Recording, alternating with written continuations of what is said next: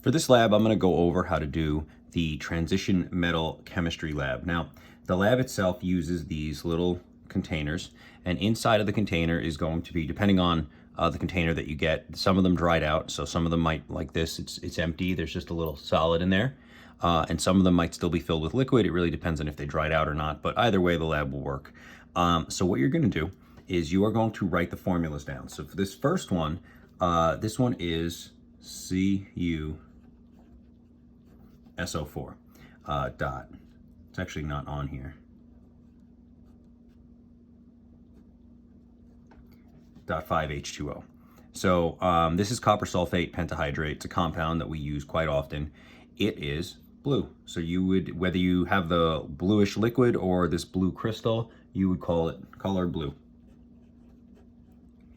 The again, I don't care if you called it some different kind of blue, you know, light blue, dark blue, whatever. That's not really that important.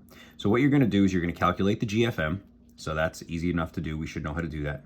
You're going to assign the oxidation states for all the elements in the compound, which again, we should know how to do.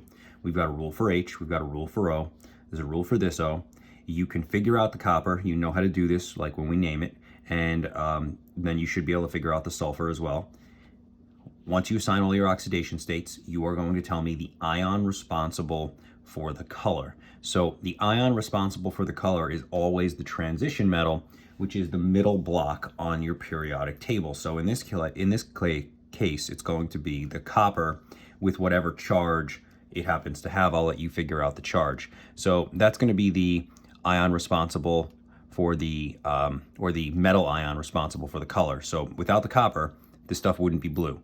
Now there's actually more to it than that. You should remember this, that this compound is actually considered a hydrate. That's where the .5H2O came from. And it is a transition metal compound, and it has a water trapped in it. So even though it is a solid, it actually does have water trapped in it, which allows the color to be expressed. If we let it fully dry out and got rid of all the water, then it wouldn't have this color anymore. So you need a transition metal compound or a transition metal element in a compound and have water present, whether it be trapped inside a solid or literally as a liquid, in order to get color.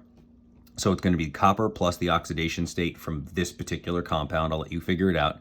And then you're going to give me the formal name for this. So this would be copper, some Roman numeral, sulfate. You're going to have to figure that out.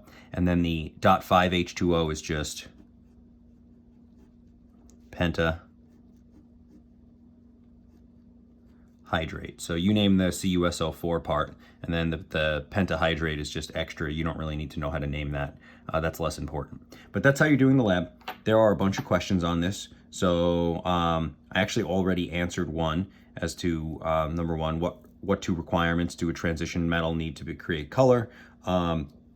If you have different oxidation states, turns out you can get different colors depending on the oxidation state. So elements can form more than one color, or transition metal elements can form more than one color based on their oxidation state. There's a bunch of questions on the back. And then this last part is just definitions. So you can Google these or look through your notes, or if you know them, write them in your own words. All of that is fine. So we've got a couple more questions. Again, we've talked about this before in the notes. We've definitely talked about this before in the notes. And we've definitely talked about this before in the notes. So these are all pretty simple, straightforward questions for you to do.